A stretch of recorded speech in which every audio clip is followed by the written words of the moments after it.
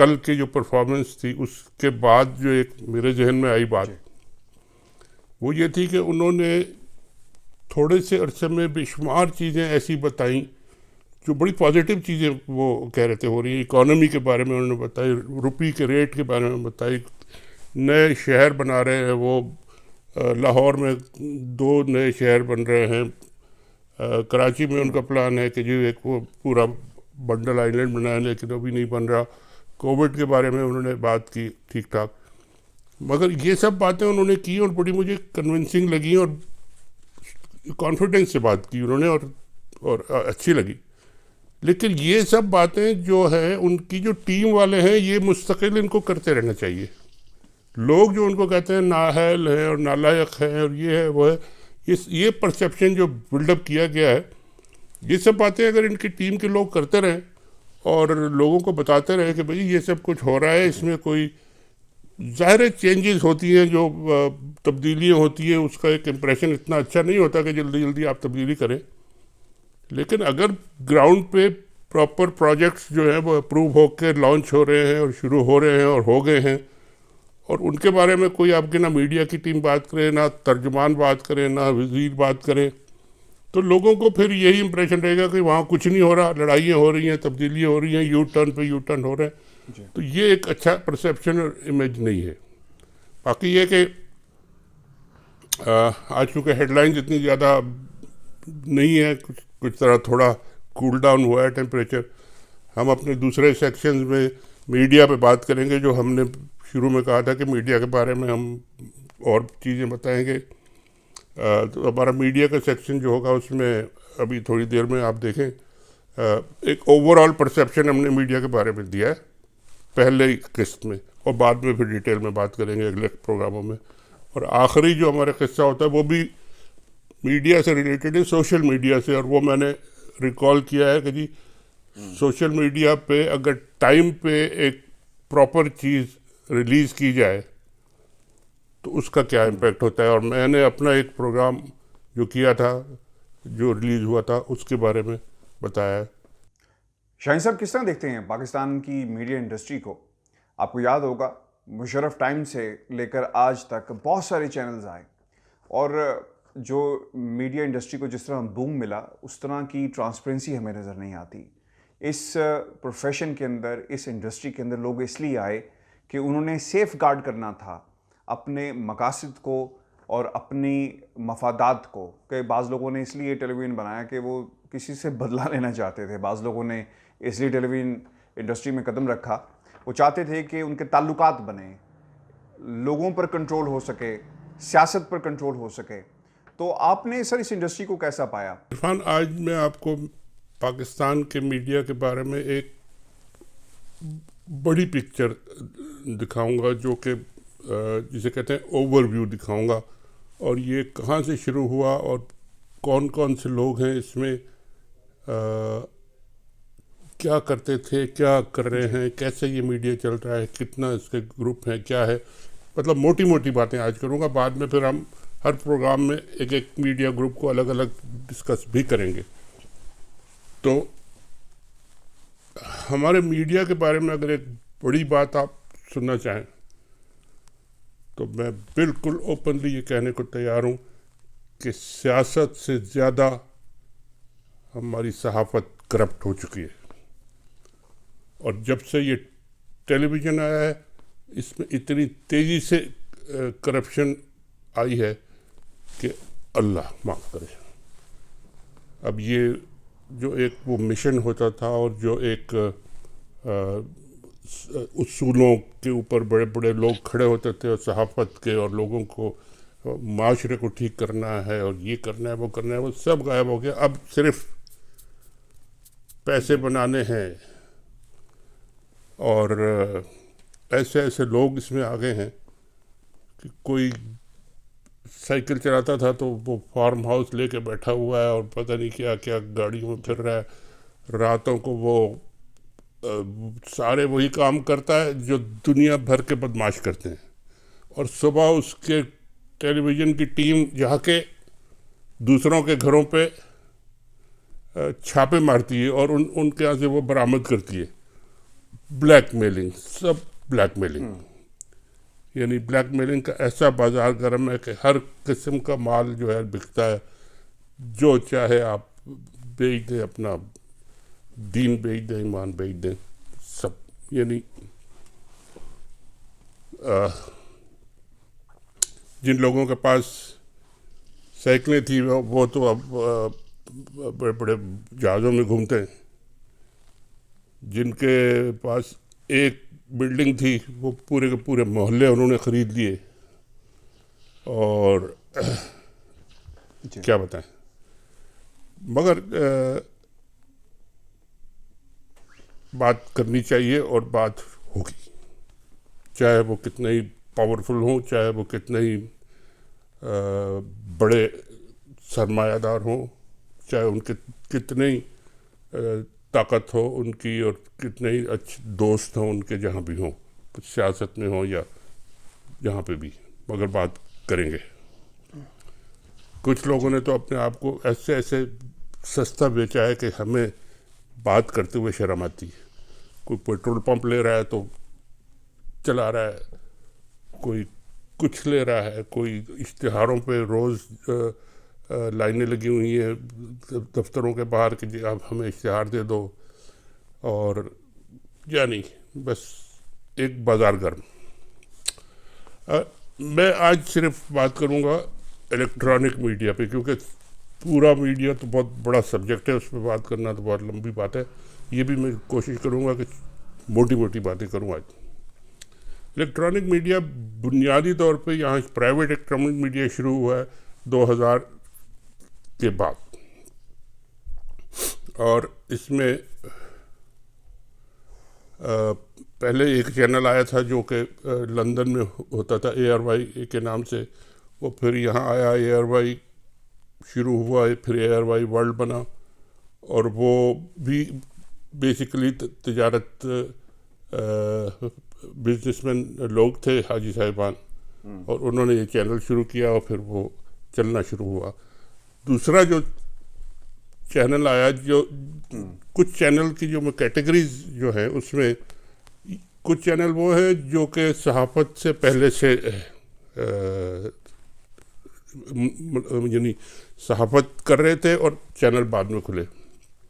اس میں جیو گروپ ہے، Dawn group ہے، نوائے وقت گروپ ہے، اس میں بزنس ریکارڈر کا آج کا گروپ ہے، اور اسی طرح سندھ کے ایک دو گروپ ہیں جو کہ پہلے سے اخبار ان کے نکلتے تھے لیکن ٹی وی چینلز انہوں نے بعد میں آ کے کھولے.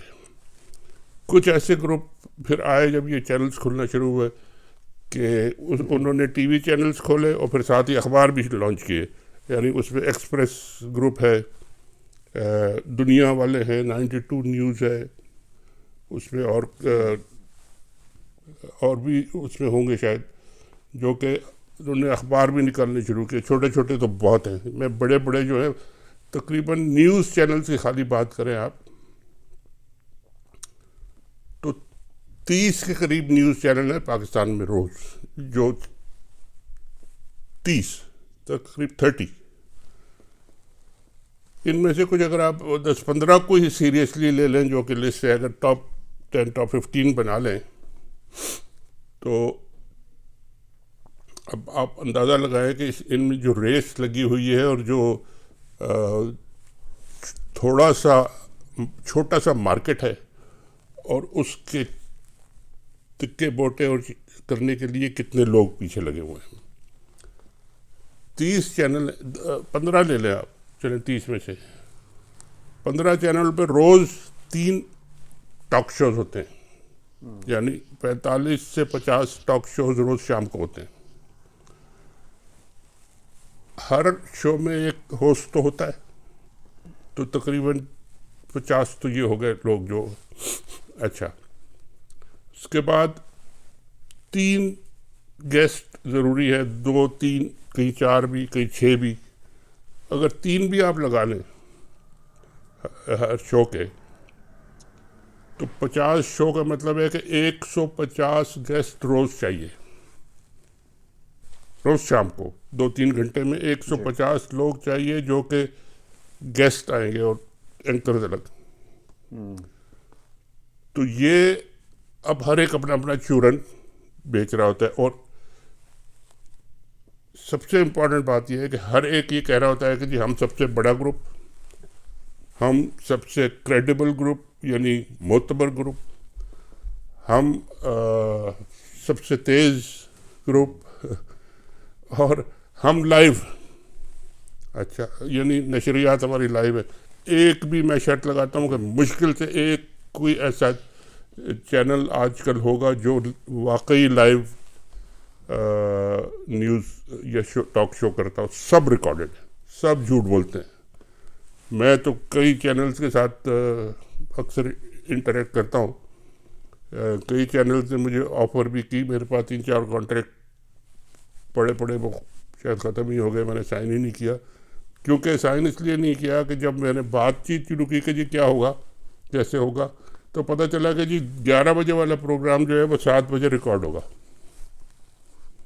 اور اس میں جو ڈائریکشنز آئیں گی وہ ہیڈ کوارٹر سے آئیں گی کہ جی یہ لوگ ہوں گے, یہ سبجیکٹ ہوں گے آپ کے, یہ بات کرنی ہے, یہ بات نہیں کرنی ہے, یہ سب آپ نے پہلے سے ڈیسائیڈ کرنا ہے, اور پھر آپ کہیں گے کہ جی میں لائیو جا رہا ہوں.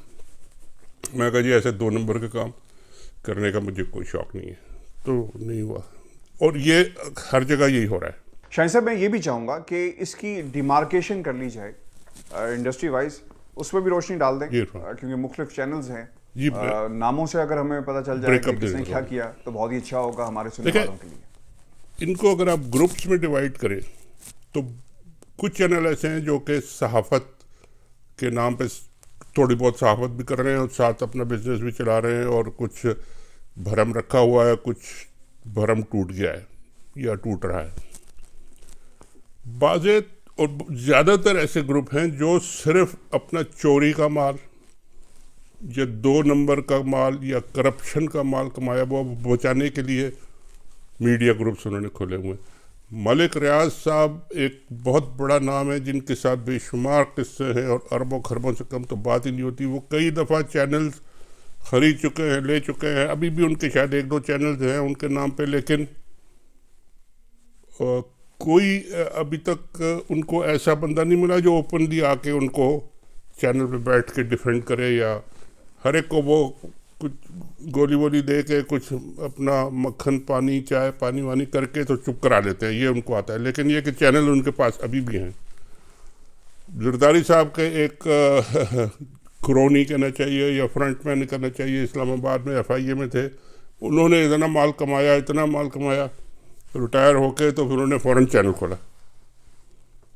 کھول کے, اور اس میں جناب وہ ان کی شرمیلا فاروقی بھی اور ان کے میاں بھی اور سب وہ آ کے انہوں نے اپنا ایک نیا ایک اپنے آپ کو شیلڈ کے طور پہ ایک ڈھال کے لیے چینل ان کا کھل گیا.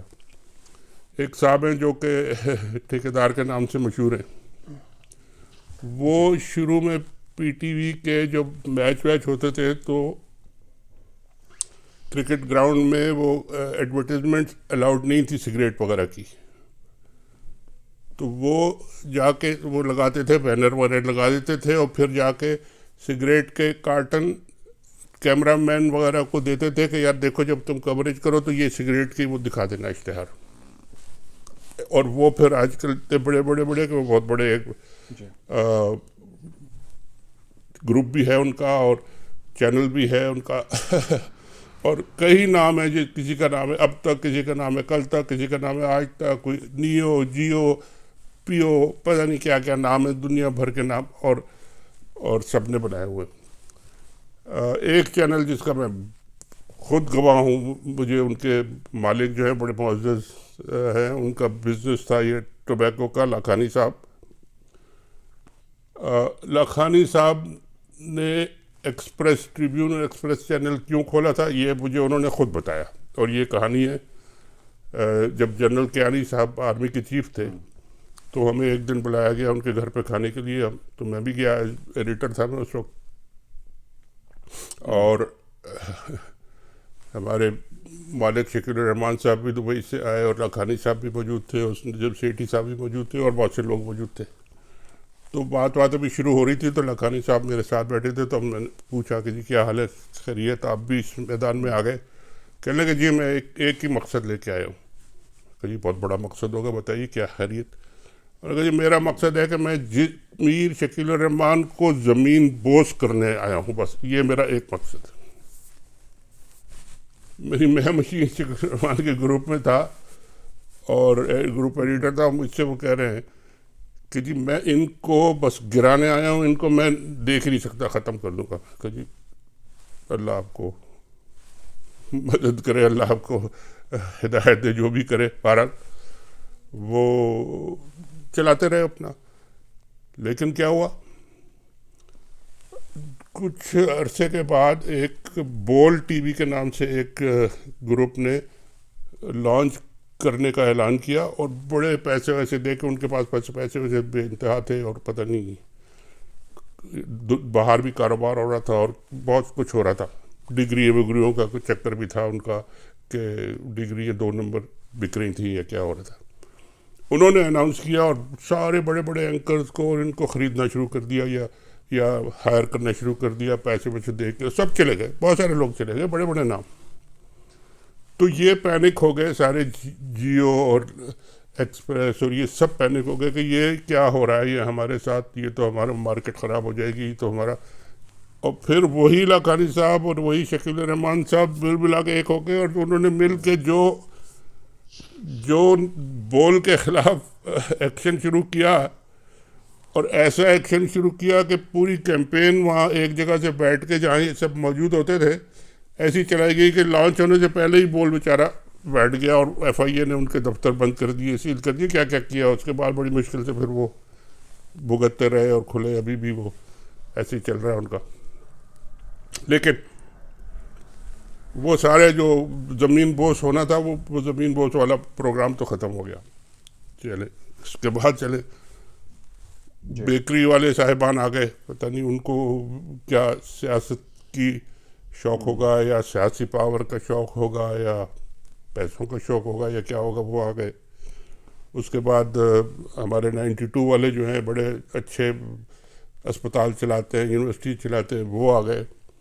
اور یہ سب جو لوگ جو آتے ہیں ان کی مثال میں آپ کو دے دیتا ہوں. یہ بڑے بڑے اینکرز کو اور بڑے بڑے صحافیوں کو ہائر کرتے ہیں شروع میں پیسے ویسے دے کے, انہیں پتہ ہے کہ جی 1 سال 2 سال ہم نے انویسٹ کرنا ہے ان پہ, اور جب یہ ہمارا چینل کھڑا ہو جائے گا اور نام ہو جائے گا اور کام چلنے لگے گا تو پھر ہم دیکھیں گے. اور یہ کئی دفعہ ہو چکا ہے. میرے دوست عامر متین اور رفیق الاسرا اور کئی جگہ اور ایسے جو ہیں ان سب نے یہ بھگتا ہے.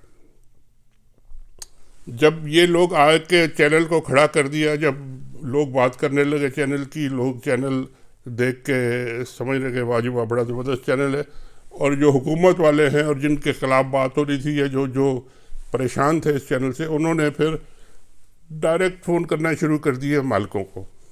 اور جب مالکوں کو فون آ جائے تو بس سمجھ لیں کہ بھی ساری بات ختم ہو گئی. پرائم منسٹر سے فون آیا تو مالک صاحب بیٹھے ہوتے ہیں تو کھڑے ہو جاتے ہیں, ہاں جی ہلو سر میں موجود ہوں, حاضر ہوں. اور یہی ہوا کہ ان کے چینل کو فون آئے, لائن ڈائریکٹ ہو گئی جس دن, اس دن ان سب لوگوں کو فاروق کر دیا انہوں نے. بس جائیں, اب آپ کی ضرورت نہیں, کسی اور چینل میں جا کے اب آپ اپنی دکان لگائیں اور جورن بیچیں.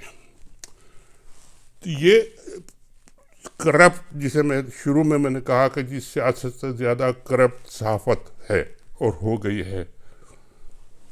آپ کو کوئی ایسا چینل نہیں ملے گا جو صاف ستھری صحافت کر رہا ہو یا کوئی ڈنڈی نہ مار رہا ہو کسی نہ کسی اینگل. ڈان گروپ جو ہے سب سے بڑا, ان کے بارے میں آپ نے ڈان لیکس اور کیا کیا کہانیاں پڑھی. ڈان لیکس کیا ہے, یعنی جہاں ضرورت پڑی سیاست کے ساتھ مل کے انہوں نے بھی ڈنڈی ماری. بعد میں جو بھی کچھ ہوا اتنے بڑے گروپ کے ساتھ ہوتا کچھ نہیں ہے اکثر, مگر میر شکیل الرحمان صاحب کے ساتھ کیا ہوا سب دیکھ رہے ہیں. اور یعنی جتنا بڑا گروپ ہوگا اتنی بڑی ہی ڈنڈی مارنے کے لیے تیار ہوتے ہیں وہ. اور اب تو بے شمار چینلز نکل آئے, کوئی جی ٹی وی, کوئی پی ٹی وی, کوئی ایس ٹی وی, کوئی ABCD, آپ پورا کر لیں, مگر مقصد سب کا ایک ہے کہ جی یہ چھوٹا سا کیک ہے, اس میں سے ہمیں ہمارا حصہ مل جائے. اگلے پروگرام میں انشاءاللہ بات کریں گے ہر ایک